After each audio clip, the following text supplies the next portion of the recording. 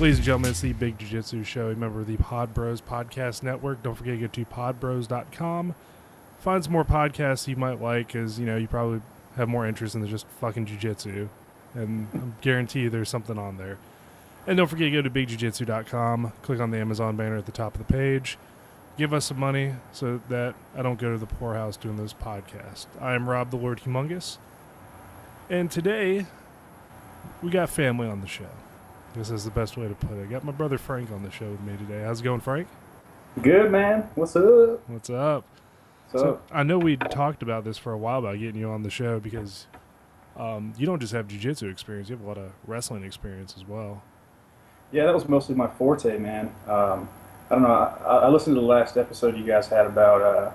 You had one of the guys on talking about pro wrestling. Conley was his name, right? Yeah, Travis Conley. Yeah, man, and that was an interesting episode, dude. I remember you were talking about, God, one time, like, Mom came and yelled at us about, our impersonations or whatever. Yeah. And I remember another specific time. I thought this was the story you were going to tell. It was one where I think it was Bret Hart versus Shawn Michaels in some King of the Cage match. Yeah. And we were watching it on scrambled TV, and we could only hear the audio. And I think Shawn Michaels, when he won, dude, we like jumped up and went a chest bump, and you knocked the wind out of me, and I let out this ooh like that. And Mom was like, "What are you doing in there?" But no, we were obsessed with wrestling, man. That kind of got us. I know both of us, man, especially myself, incredibly interested in wrestling, and I thought that's what wrestling in high school was like. But it turns out that wasn't the case at all. It's completely different, and I'd always ask Dad all these questions about, because he said he wrestled for a while, and what's it like, and we had Uncle Jack. I was like, hey, he wrestled, and he tried to show us moves, show us something, and just became completely obsessed with it. And then, we were fortunate enough to join a state championship team, Yeah. And it just took off from there, man. I got completely obsessed, wanting to be as good as all the other guys, and it basically, my whole life was surrounded. Everything I did was about wrestling. It was outstanding, man. I had such a good time doing it. So what were some of the, before we get into like things you accomplished, I think the story I told was specifically, remember the bunk beds we had in the bedroom? Yes, of course. Yep, because you're on the top bunk. I remember us doing our little like Hulk Hogan Macho Man thing. I remember going out to get a drink of water, and Mom was standing there, and she was like, "You're done. You're not watching pro wrestling anymore." Like, shit, my bad, Mom. You're done. Get your water, get to bed. Yep. So what were, for you with wrestling, like, what were some of the accomplishments you had as far as, because I know you'd been to, was it the national, was it folk style or freestyle tournament? It was freestyle and Greco. It was in Fargo, North Dakota, and I guess I was the first guy from our school to qualify for it and actually go. I think other guys had qualified, but nobody went. But no, I qualified for it, and I went up there, and my first match in Greco-Roman, the first couple of days are Greco, the second couple of days are freestyle. My first match was against the guy who who ended up being the national champion, and he tech falled me in like 45 seconds. Holy shit. Yeah, man. I remember getting like hip toss, man. And then, you're supposed to base out and lay there real wide on your stomach. Yeah. And then he picked me straight up, dude, and belly to back suplexed me 5 points, man. It was over, man. Game over. But no, I did that, traveled up there, got a lot of experience. My sophomore year, I ended up starting like half of the season or so, which was a pretty big deal because we had some excellent guys on our team. And not till my senior year, I started getting really good. Won tons of tournaments. Ended up being 36-4 as a senior. Was one of the top guys in the state, but I won this, the state freestyle tournament multiple times, and which isn't too hard considering there might be like 8 guys in the ring in the summer. Everyone wants to chill in the summertime. But yeah, those are most. Oh, and then like in the summertime, man, we do a lot of training with the NC State guys, the college guys. We got a lot of help from the collegiate wrestlers, and just that's all I did, man. It was an excellent time, man, and it really helped improve my game big time. So with the transition, because I know like I wrestled, and I was not nearly as accomplished as you are. The only record I think I held with our high school was the first person to ever break a limb in a match. Oh, that was frightening. That almost made me quit wrestling when I saw that. So, swear to God, dude. So for those of you who have no idea what the fuck I'm talking about, my second match ever in high school, I was a junior because I started wrestling junior year. And our wrestling coach, Mark Harris, said, all right, well, let's keep the undefeated streak going. It was my second match ever.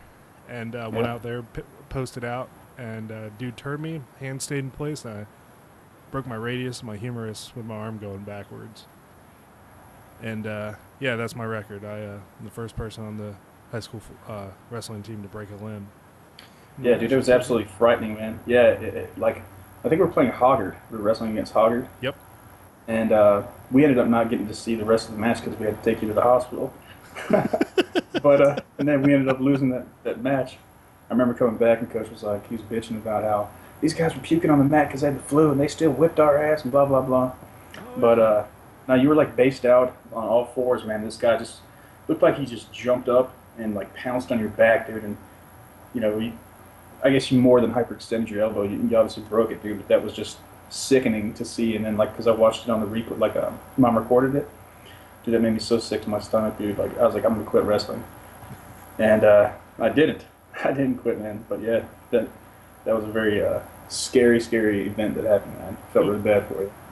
I felt pretty bad for myself, too. I'm just, like, laying there like, fuck, man, I broke my arm doing wrestling in front of everybody. I was like, you know, I'm finally making something for myself. Like, people, you know, maybe they'll respect me a little bit more. Nah, get my fucking arm broken in my second match. But you came back, man. You didn't quit. Yeah. So for you, though, somebody who's been so ingrained in wrestling, I know you started doing jiu-jitsu, and what was, like, the hardest part for you to transfer from wrestling to jiu-jitsu? Going to my back, I think. Because in wrestling, man, you go right to your stomach. So some of the first matches I had in jiu-jitsu, I would go right to my stomach and I would get choked out immediately. And I'm like, what the hell? And so I had to kind of like, and you know, when we went to wrestling, what's the first thing that we started in practice from like day one of the season was getting off your back. Yeah. You know, that was ingrained in our head so much. So transitioning to that was incredibly difficult. And then there's moves like a lot of times, you know, you shoot the double leg, keep your head on the outside, and normally it wouldn't matter if the guy got you and put his arm over your head. That's a good thing if he wrapped his arm around your neck, because you could pin him. You could take him down with a half Nelson or something like that, pin him. But in this case, they get a hold of your neck, man. They get you they choke you out. What is that choke? Guillotine. Yeah, exactly. And so I got guillotined quite a bit before I learned not to do that. And the body pressure is good. You know, keeping heavy on the opponent, but like also when the guy has me in his guard, instead of like sitting straight up and back like that, I'd always like lean forward on their chest, kind of like lay chest on chest. They'd always end up sweeping me or something like that, man. Those are the main difference. And then gi, I've never wrestled with a gi. The first time I did gi, I was getting like thrown around by everybody, every size. You know, tapped out 50 times, and I mean it was insane, man. The littlest guys, you know, you'd be like, oh, this guy's a punk. Right, I'm gonna dominate him, and then he taps you out 15 times, you know, like a pretzel. You outweigh him by 80 pounds. It doesn't matter in jiu-jitsu, man. That's what kind of captivated me about it, you know. You got these little guys with, you like see them out in the street, like, oh, look at this bitch, you know, like you go after him, like, you know, random guy just like wants to pick a fight, then he puts you unconscious, and you just like peeing yourself in the middle of the street. Yeah, it definitely teaches you to never underestimate anybody. Like, I look at everybody now on the street like they know something, you know? Like, I don't pick fights. It's those little guys that'll get you, man. You know, the big tough guys are the ones that'll crumble. But these little guys, man, you got to treat everyone respectfully because you don't know what that dude knows, you know? Exactly. So you've trained at a couple of different places since you started, like, not just wrestling, but with jiu-jitsu. So where have you been? Like, what have you done? Well, I guess we started we started Taekwondo about the same time. I think he started a year or so before I did. We got pretty good at that, you know, but, training there at the studio, met a lot of people like Sharif, for example. And then we met up with Brian and things like that. You train a lot more with Brian than I did with TFTC, Team Rock. I still trained and did some things, and I learned a lot with Sharif, and actually I got to practice a lot of it when I bounced with him at Club Black Tie. That's where I learned my arm bar, man. Because I was on top of this dude, and he was pushing up on me. And after the fight, Sharif was like, bro, when he's pushing up, there's your arm bar right there. You know, that's how I can hit an arm bar so nasty. And then I joined the Army. I was in infantry, and we had combatives. Like we didn't do the pugil sticks, like a lot of you pogues did. Know what I'm saying? We did combatives. Yeah, no, I know. That's all we did. We didn't do pugils, but I, I took everything that I'd learned, man, and I was still kind of skeptical about it because I wasn't like really proficient. But it turns out that I did all right because they would always say, "Awesome, we'd go platoon versus platoon or whatever, man." And I beat everybody. I hit this dude with a nasty armbar, and hyperextended it. He was in a sling for a little bit. Uh, it was nice, man. So after the army, let's see, we did a lot of combatives throughout the army, and it helps, man. I thought that I was some tough guy, and I went and trained at an actual jiu-jitsu school. I think with you, man. Came out to one of your schools, I think in Virginia, and started getting choked out left and right. What's up? Yeah, that was like you and Cody just came down to visit, right? That's right. That's right. And I think another time we trained for your wedding. We went out there for your wedding, and we did some jiu-jitsu out there. But then here, I joined a Helson Gracie school here in El Paso, and I went there for a month or two, and just the environment. It was like one of those environments where, not to trash. I don't know what I can. I'm not trying to trash them out there, but it's just my opinion. You can speak your mind, trust me. Yeah, not to trash the school, but there was an environment. The people were very much cocky and very much like, I don't want to teach you. I just want to like beat up the new guy and not help you get better. And that's a really shitty environment to be in, man. It makes you really not want to. It's like, dude, you've hit me with this thing 30 times. Are you going to explain to me, how to do it or how to defend it or something? But, oh, you'll figure it out, man. Like, you're lucky, you're lucky you weren't here when I was a white belt. I'm a purple belt now. And they just kicked our ass and didn't care. And so it's kind of that mentality of like, keep the bottom guy on the bottom. And I hated that shit. So I pieced out, took some time off for a little bit. I joined El Paso Jiu-Jitsu last year, and it was the complete opposite. Everybody was awesome, man. The environment was excellent, dude. The people were very helpful. You actually came out there, and we rolled around together. You met my instructor and everything like that, and I did really well there. Oh, before that, man, I heard you talk a lot about Guerrilla MMA. I worked out with those guys a lot, too. Yeah. Isaac and Daryl Schoonover and all those guys. And he had a Red Spider MMA. I think they've since merged. Isn't that where Matt trains? Isn't he training with Guerrilla? Matt Miranda? No, he's actually... Yeah. Oh, shit.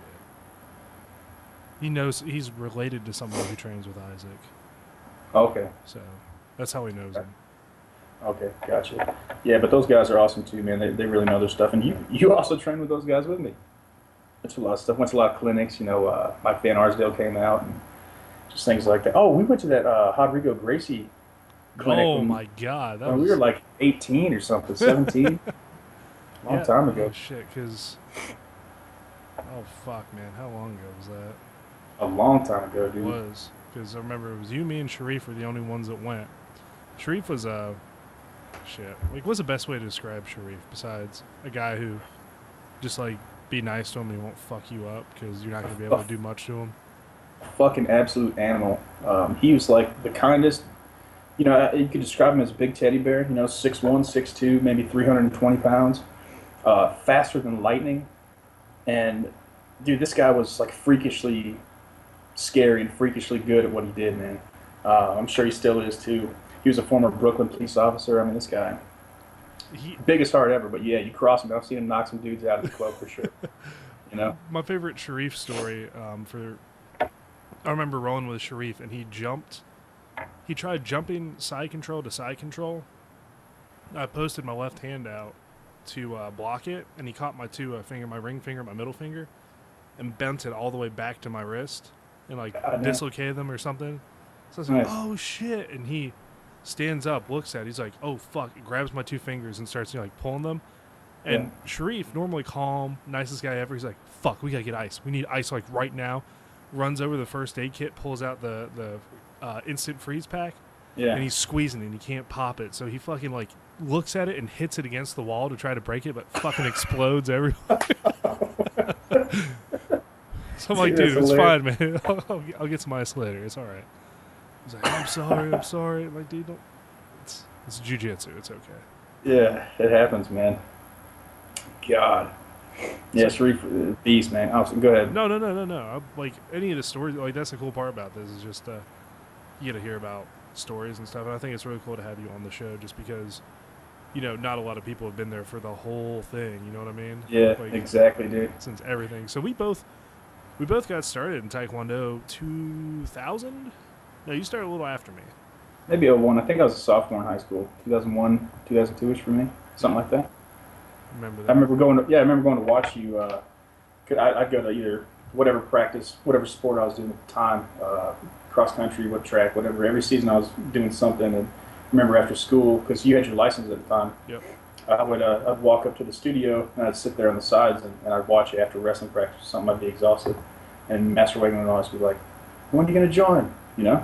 When are you going to start? When are you going to join?" I'm like, "I don't know. I'm not right now. I'm too cool for this stuff right here. That sort of thing." And I hated the idea of like putting on a white belt and getting in there and just getting embarrassed starting from the bottom. Uh, that's how it was with wrestling. I was like, I don't want to go through that shit again. I'm already comfortable. I don't have to, be the bottom man of the totem pole. And but anyway, eventually I started, man. I started getting beaten up a lot. I remember, we'd spar. I couldn't wait to spar. That's all I wanted to do. And I was like, oh, this is kind of cool, man. I could see myself with a blue belt on. I could see myself with a purple belt on. I could see myself, once I get my red black belt, I'll be, I got obsessed with it just like you did. And oh, it was excellent, man. I love doing Taekwondo. I mean, we were multiple time state champs, dude, and like won national tournaments. And it was just, we were actually really, really talented, man. I carried over, I think, into everything that we did. It was. I think if we didn't do that, then we wouldn't be where we are now with jiu-jitsu, wrestling, just in life in general. Yep. So did you watch the last? Did you watch the Nate Diaz Conor McGregor fight? That one I didn't order, man. I didn't order that one, dude, but I heard it was crazy. I should have ordered it. So apparently they're going to have a rematch. So Conor McGregor and Nate Diaz are going to have a rematch, and Conor is picked to be the favorite right now in that match. Even though he lost? Yeah, even though he lost, he is. He's coming in as a favorite. Let me get the stat, because it was kind of like, why would you be the favorite?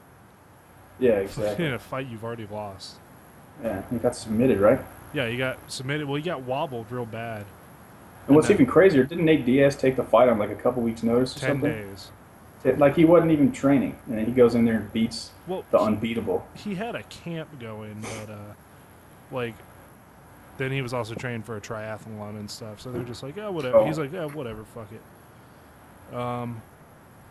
So it's like actually not too bad. It's McGregor is at -162 and Diaz is +125. All right. Yep. So that's relatively even, but at the same time, man, I think it's kind of ridiculous to say that, especially since he already beat him, and now Nate Diaz is going to be more trained. But then didn't Conor McGregor jump up 2 weight classes to fight this guy? He did. That says a lot, man. You can tell like 5 pounds makes a big difference, much less 2 weight classes. It does. I mean, he didn't look like he was smoking meth the night before right, weigh-ins when he showed up. So exactly. But what was I gonna say? So freaking. But now they like kind of fuck everybody else over. Like Frankie Edgar has been waiting for a title shot for forever, and they're not going to give it to him just because. Frankie Edgar is disgusting, dude. He is. I remember when he first I don't know if it was his debut. I think, dude, we were at your apartment, man, when you lived with Potter, and I was over at your place. And we were watching UFC, and Frankie Edgar was in the prelims, and he fought.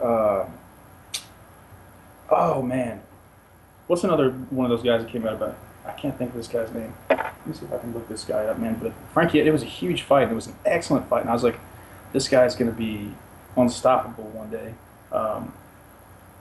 And sure enough, here he is, man. Frankie, he came out like real hard, like just kicking people's asses. Yeah. Let me see. Tyson Griffin. Yes. I think that's the one, dude. Yep, 2007. That was right when I was there at Potter's place. Yeah, that was a fucking throwdown between them. Yeah. And then he just recently knocked out Chad Mendez end of last year. So He's got an awesome name too, Frankie. Frankie, yeah, no shit, right? Yeah, Frank Austin. Frankie. Did I even say my name to anybody? On the podcast? Yeah, did we introduce my name? Pretty sure. Brother Frank. There you go. Oh, maybe you did. All right. Well, if you didn't, here it is. There it is. My brother Frank. Here's the name. So, favorite of all time, then, UFC fighter. Who do you got? Oh my God! Can they have come from Pride? Yeah, we'll say Pride too. We'll just say MMA fighter in all generalizations. I've got a couple, man. I don't know if I could just pick one. But if it means anything to you, I have a pit bull and his name is Vanderlei, named after Vanderlei Silva. But you knew that. That was obviously for the listeners. Dude, Vanderlei Silva, Mirko Krokop, Filopovich, is that his last name? Mirko Filopovich, yeah. Yeah, dude. Oh my God, dude. His kicks. What do you say? A right leg hospital, left leg cemetery. Yep. That was his motto. Dude, that dude was disgusting, man. I remember when he fought Bob Sapp and broke his jaw with a left hook or something like that. Yeah, he just punched him and dropped him. He stops, curls up, fetal position, just falls on the ground. Oh, disgusting, man. Disgusting. Yeah. I love Kevin Randleman, rest his soul. That was such terrible news to hear about him, man. Especially being so young, but his throws and everything were disgusting. So was Kung Lee. What was his organization? K1 or something? No, he did. He was all over the place. You could say, oh, Kung Lee. He did fight for Strikeforce for a little bit, I think. Yeah. And then moved him over to the UFC, and Vanderlei Silva rearranged his face with knees, but still fun to watch. Vanderlei Silva, and then Vitor Belfort was a beast back in his day, right? In his prime. Those guys would just beat the hell out of each other, man. But Vanderlei, what I liked about him the most, man, is that he was relentless. And he was not flashy, but he was just an absolute monster, man. He kept coming at you, and he would swing. He was always going for the knockout. Who was it? Michael Bisping he fought within the last couple of years. I think Bisping was beating him or something, and Vanderlei ended up knocking him out in the last second. That's that mentality that I like, man. It's it's never over till it's over. You see a lot of guys quit and start slowing down, but not Vanderlei Silva, man. That dude. And he could take a punch, man. Same with Mark Hunt, man. That chin, Jesus. Except he got knocked out recently. So. Did he? By who? Yeah. Pretty sure he got knocked out. I bet I fucked that. No, I think he knocked another person out. Because I know he knocked Frank Mir out. Nice. Recently, yeah. So he kind of. Oh my God! How old is this dude? This dude's old as shit. He's 42, right? Still in the ring, still fighting. And I'm pulling it up now. Yeah. Frank Mir, yeah. Oh, he got knocked out by Stipe, and then knocked out by Fabricio Verdum. But Who did? Oh, Mark Hunt? Yeah. Oh, he got knocked out by Junior Dos Santos. Spinning hook kick. This was. Oh my God! What? Yeah, but that's some taekwondo for you. Everyone says I look like Junior Dos Santos. They give me that. Hey, that Frank looks like you, Oh, thank you very much. It's not a bad guy to look after, Yeah, exactly. You look like Abe Vigoda's fucking stunt double. Yeah. Or Wilford Brimley. I guess it's another bad one you could be. Wilford Brimley? Who the hell's that? The fucking diabetes oatmeal guy. You know what I'm talking about? You got diabetes. Exactly. Wilford Brimley. I want his mustache though, but I don't know if I want everything else that goes with it. That's fucking funny that you know his name. How do you know his name? Dude, he's a really famous actor. 30 years ago, but he's a really famous actor. What was he, Matlock? No, that was actually fucking Andy Griffith. Andy Griffith? Yeah. And then Wilford Brimley was in Cocoon. It was that movie of the old guys and the alien that made them feel like they were 20 again or something. Dude, I barely watched the movie. I just remember seeing it on TV. I'm like, fuck, it's the oatmeal guy. It's on TV. I always get that movie and Powder mixed up. I can never tell. Those two movies run together like it's the same movie in my head. Powder and Cocoon. I've never seen Powder. What the fuck is it? I just remember him somebody shot a deer. He put his hand on the deer and grabbed the guy, and the guy felt all the pain. I was like, that's kind of fucked up because that's the only thing I remember. I was like, dude, that's fucked up, man, because he's trying to eat. And imagine Dana White, skinnier and paler without eyebrows, and that's powder, bro. You want to be a fucking fighter? No. Uh, He'd feel his pain and the other guy's pain at the same time. I think it might humble him up a little bit, but I'm sure, hey, Dana, if you're listening, feel free to fucking talk shit to us on Twitter. Please do, actually. No, he actually does that, which is hilarious. Like, some 13-year-old kid will, like, make fun of him, and he'll get on Twitter and go back at him. Is it actually Dana White, or is it yeah, like it's actually Dana White. Is? With a 13-year-old? Oh, dude, he doesn't give a shit. He'll talk shit to anybody, which is hilarious, because he's like this CEO of, the UFC, and he's like talking shit to fucking little kids on the internet. Well, I'm no better. I'm no better to like Call of Duty and shit. No, well, Call of Duty is different, man. You can make fun of how they speak and stuff. It's awesome. We play with that one kid. He's like, hey, it's over there, where the R's or W's and stuff. Yep, that's my asshole move, is making fun of a kid with a speech impediment in Call of Duty. Hell yeah. Or fucking, what was that one kid who always, it was Lewis. Remember Lewis, who we used to play with? Yeah, of course. So this kid would come in, talk shit about our plane, and never get above, like, a positive KD. He would just be like 3 and 12, or just something ridiculous. Ugh. But he was a kid. He was fun to make fun of, man. He was. It's borderline cyberbullying, I think, but sometimes you get a cyberbully. You have to. It builds character. I mean, that's to the point where people are like, well, that Frank guy, he's an asshole. I'm going to go ahead and kill myself. Like, that's a little too far. But yeah, I think it's ridiculous. It's like, would you rather me throw you in a trash can, or would you rather me type a little bit, like, mean things to you, Yeah, exactly. But, I mean, so somebody who has a lot of experience in martial arts as well, like yourself, because you taught Taekwondo, so you had to deal with kids. What's your viewpoint on bullying, especially since you have kids of your own? Like, what's really your viewpoint on the whole bullying situation, like zero tolerance or what? I think, man, I've thought more about this lately, like, because Frankie's in daycare right now, and to hear like some kid pushed him or bit him or something like that bothers me a little bit. Oh yeah. But Frankie's done it to other kids too, so I think that's just how kids are. And I think about him getting older. I'd hate for him to be picked on or bullied. But then I also think like there should be, when you say zero tolerance for bullying, I think a bully should be able to get his ass knocked out in school, and that kid not get in trouble for knocking out the bully. Like if he's a known bully, he's this and that. But then that may promote more. Oh, he's bullying, so I punched him. That may promote more fighting and thinking they can get away with it. But I don't know really how to handle that. Besides, like I think bullies need to get their asses kicked, and that's kind of how I was, man. I remember we got bullied when we were younger, like in 3rd, 4th, 5th grade. Yep. And mom was a teacher there, and she came and she put a stop to it. But I felt that was a real like vulnerable, like I couldn't do anything about it. And that's a real frustrating feeling. And so I really think that whenever like now, when I see somebody get bullied, I will step up and I will say something. Not just necessarily say something. I'll do something about it. I'll knock him on his ass. That happened actually a couple weekends ago, dude. Same thing. This guy just being a prick, just bullying around, and obviously there's some drinks involved or whatever. But when you step up to the guy who talks all that shit, he was a little bit bigger than me, but he like backed up and took a few steps back and went behind a bar he doesn't even work at. He's like, "You want me to come over there and whip your ass?" It's like, "Oh, really? Here we go." It's like you were just right here. You were just right here, and you fucking walked away. He has to ask for somebody to hold him back. Hold me back. Yeah, exactly. Okay. And then his posse came and started trying to drag me out. And so, boom, just laid a couple people out. It was excellent. And that's where this little shiner, I don't know if you can still see it. Oh, yeah, it's a good one, man.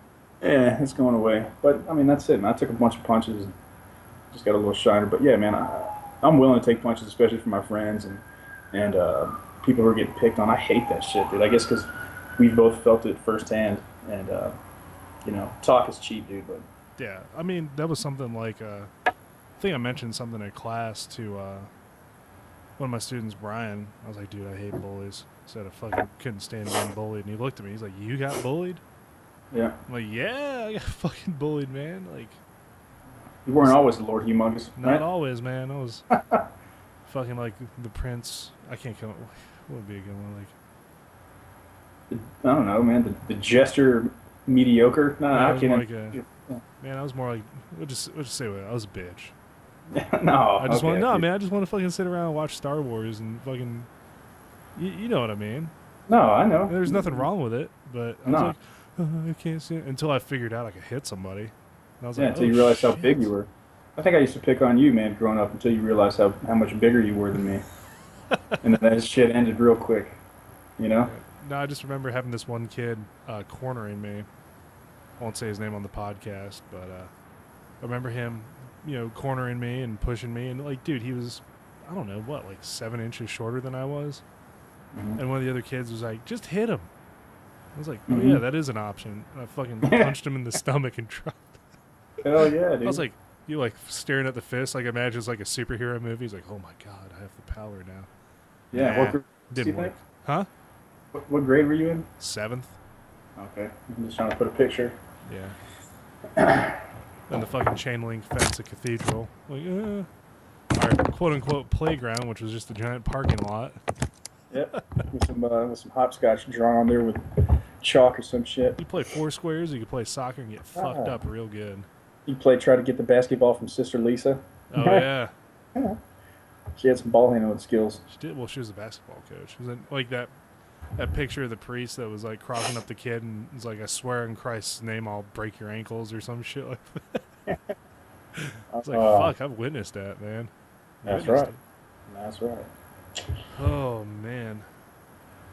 Yeah, I remember thinking I'm going to that back to that Rodrigo Gracie clinic. I remember talking about big jiu-jitsu and the size difference. There wasn't too many people to pair me up with, and except there was this humongous dude. He was gigantic, man. He was missing an arm, and I was like, "This is the guy that I have to, learn with." It was kind of crazy, but all aspects of people are doing jiu-jitsu now. And you talk about bullies, and I know you've talked about. I've heard it multiple times on your podcast about going to Buffalo Wild Wings or one of those places where when the UFC is showing everyone's a critic, everyone's an MMA fighter. And the last podcast you were saying, if only the people that trained watched UFC now, there wouldn't be that many people watching the UFC. It's become really mainstream, and I enjoy it, but I also don't enjoy it because it was cool because we could really relate to what they were doing, and we could really actually critique it. That's kind of the stuff we were doing. But then to hear some dude that's actually never trained sit there and be like, no, if he would do this and do that and do this, that shit kind of bothers me. Or shit like, oh, that dude's such a bitch for taking him to the ground. Like, really? Have you ever been punched in the face really hard? Exactly. And not like, oh, my favorite one is, I think you were there. I'm trying to remember. But the guy was like, yeah, I'm going to the Ultimate Fighter tryouts in a couple weeks. I'm like, oh, hell yeah, that's awesome, man. Like, where do you train? Oh, I teach myself. Cool, man. Do you have a record? Nah, I don't have any fights in the ring. I'm like, good luck to you, man. Good luck, bro. Hopefully you wow him with something. Dazzle him with bullshit. Just go to a gym, dude. Go to a gym and see how you fare against the smallest guy in there with somebody who actually trains. And then, then see if you want to actually go to the UFC tryouts or whatever the fuck. Get out of here, man. Get out of here. So if Frankie Jr., he wanted to do MMA as a kid, would you let him? Yeah. Yeah, I think so. I'd be really afraid to break his arm, have something broken and stun his growth or something like that. But aside from that, man, I mean, I think I feel now what mom and dad felt like when we want to play football or we want to wrestle or we want to do martial arts. But we were fine. Of course, we broke a couple things here and there, but yeah, man, I would definitely encourage it. So he can protect his sister. I want Giselle to do it too, Yeah. But I got no problems with that whatsoever. Just finding the right school and making sure teaching him right so he doesn't go to school and practice on all the kids in the schoolyard. What do you think, man? Would you want your kids to do MMA if you had some kids, or? I mean, it's kind of tough. Like not this past weekend, but the weekend before, we watched a kickboxing event. Yeah. And there were kids fighting. Mm-hmm. Not bare knuckle or anything. Like they're pretty much wearing taekwondo gear doing kickboxing. Right. And I was like, whoa, these kids are getting it. They're killing it. And then in between one of the rounds, one of the kids, from the angle I was at, you could see his face in the corner. Mm-hmm. Tears running down his face. He's like, I don't want to go back out. I don't want to go back out. Yeah. And his coach is like, tough shit. And threw him back out in the ring. I was like, oh my fuck. Like, I felt bad for the kid, but in an environment like that, where it's controlled, where it's, you know, they're not like going down trying to break their arms, or they're just hitting each other with like fucking pretty much pillows taped to their hands. I'm surprised they weren't using adult-sized gloves with how padded they were. Yeah. But you get to learn a little bit about yourself. Of course. How old do you think these kids were? 7, 8. Okay. Yeah, no joke. Like, yeah, dude, if they were my size, they'd kill me. Yeah. Like, some of them really took it to each other. It's awesome. Yeah. But, I mean, I'd like to look at...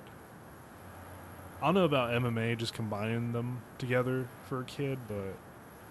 Like, kickboxing and then jiu-jitsu, absolutely. I'd be okay with that. Jiu-jitsu, definitely, man. That's kind of why I strayed away from MMA. I don't really like getting punched in the face very much anymore.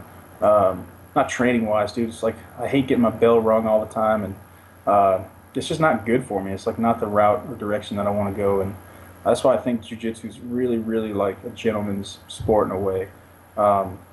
And yeah, you can still be tough. You can be rough. Yeah, you're gonna get injured. Dude, when I first started going to El Paso Jiu-Jitsu, man, like my second week there, I got my shoulder dislocated. I was out for weeks, man, weeks and weeks. And we were doing throws and stuff with gis on, and I was going with some purple belts. And I don't know if like I'd hate to say that the dude did it on purpose, but I don't know if because I was taking people down. When the purple belt starts getting taken down easily by white belts, some people get a little bit agitated about that. And I just remember feeling like crank, boom, just the dislocation happened. But that's another thing about it too is it is a gentleman's sport, but you do sometimes, like especially me, because I wear a white belt, but for the amount of time I've been training, like my instructor's like, dude, you're not a white belt, Frank. You're not a white belt. When I'd roll with him. Yeah, you told me that too. Yeah, people really. I think because they train so hard, so long, and I have more of like a natural ability. I think I kind of pick up really quickly. And then they see a white belt on top of that, they get really offended or butthurt a little bit.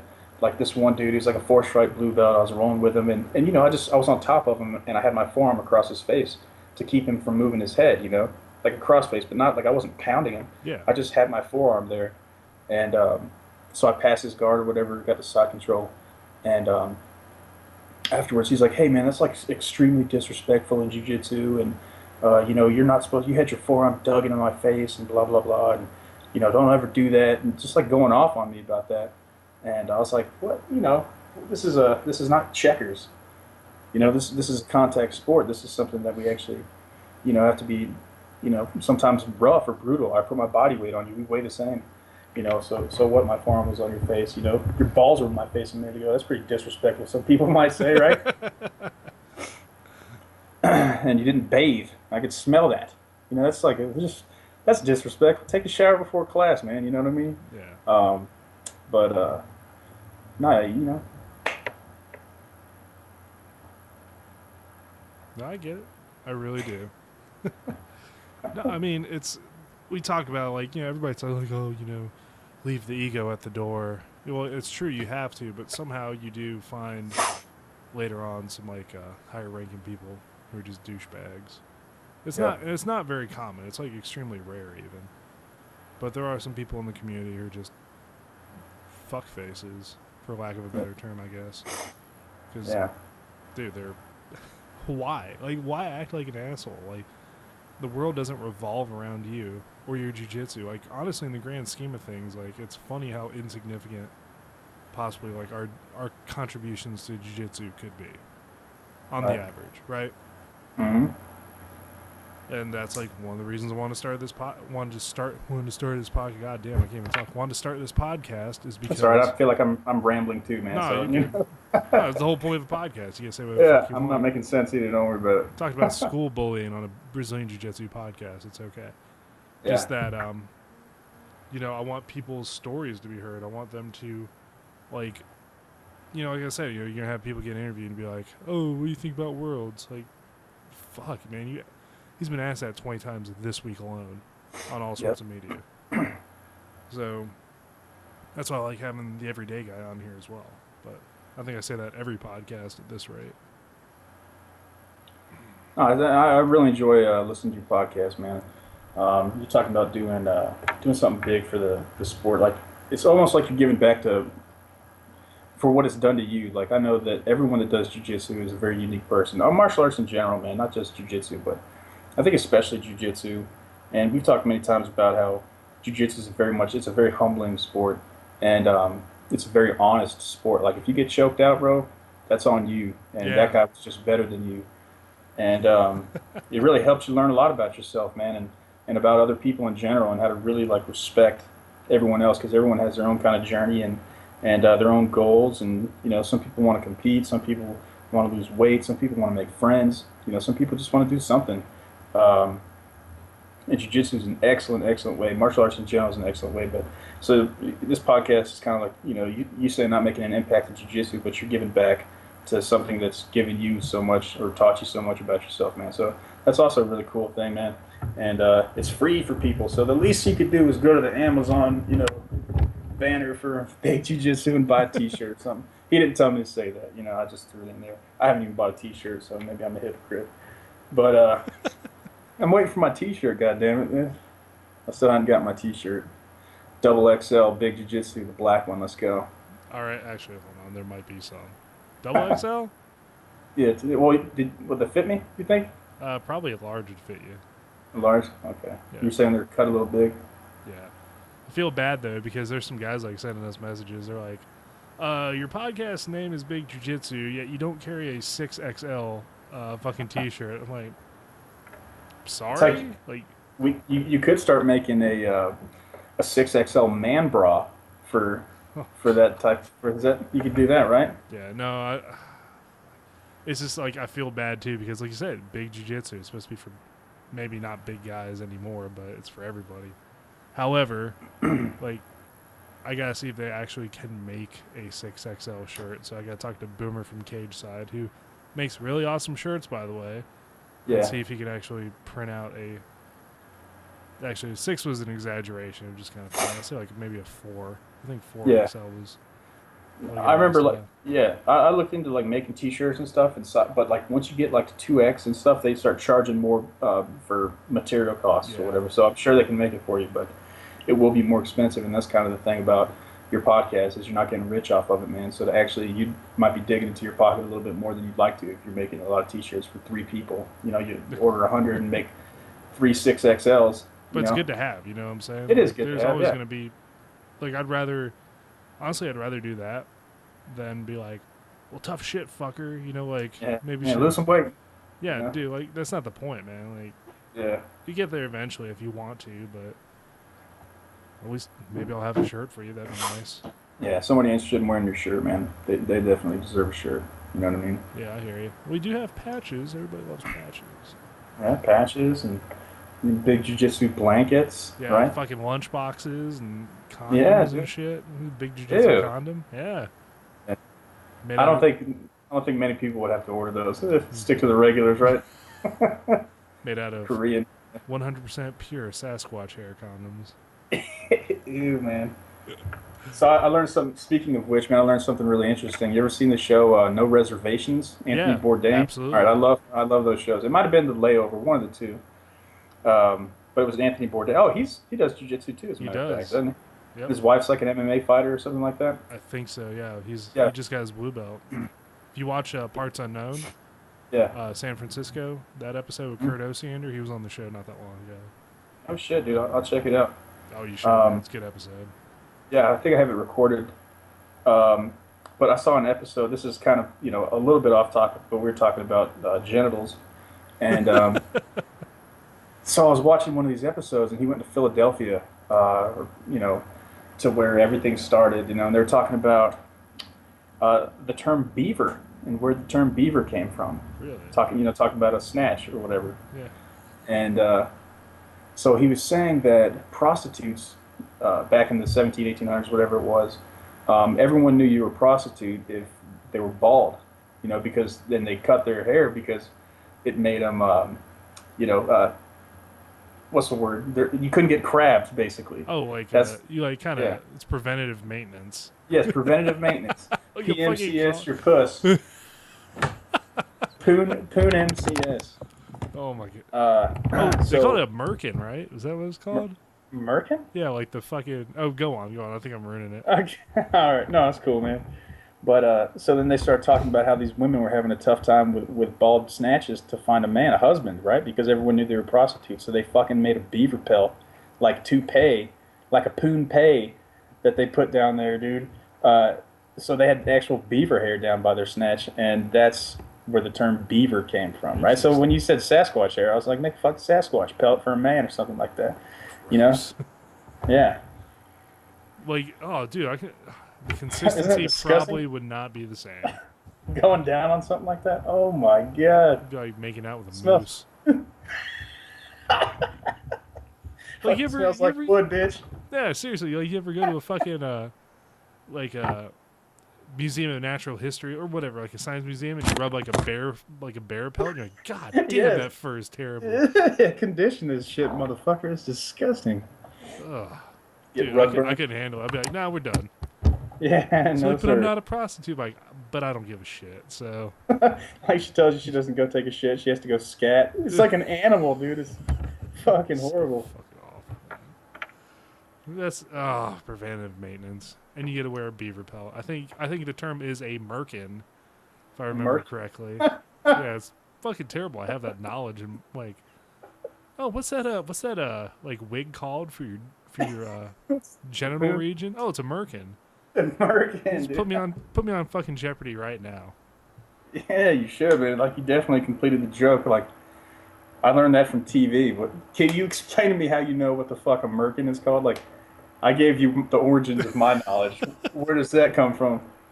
I don't know, man. Maybe I was like, Wikipedia. It takes you all these like random articles, and or you just have a question like, is there a wig for like if you're bald for in your genitals, and look it up. Yeah. Maybe Yeah. I don't know.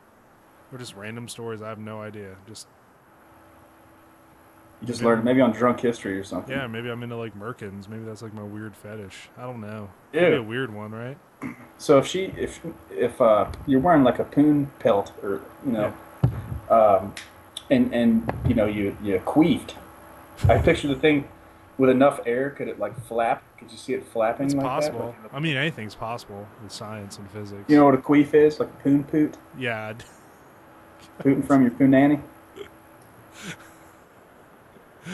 The fucking big jiu-jitsu show. Where Fish we talk, whispering at you. yeah, it's a big jiu-jitsu show where we talk about all sorts of mature topics, including That's right. Yeah. fucking hair wear for your nether regions. Merkins, Merkins, for your Merkins. snatches. Snatch Merkins. Ooh, dude. All right. Yeah, listen, so I before don't we think roast the we could listeners end out. on any higher of a note. Is there is there anybody you want to give a shout out to? Any teams? Anybody out there? Well, definitely. All the guys I've trained with at Gorilla MMA, those guys are badass. Isaac and Daryl and all those guys, and El Paso Jiu-Jitsu. I hadn't been there in a little bit, but definitely U.S. Army combatives, right? Making one hothead after another. And I don't know if you guys want to. Any Madden 16 players out there? I have a Twitch, Frank the Moose. Feel free to hit me up on Twitch and come follow my feed. I play all the time.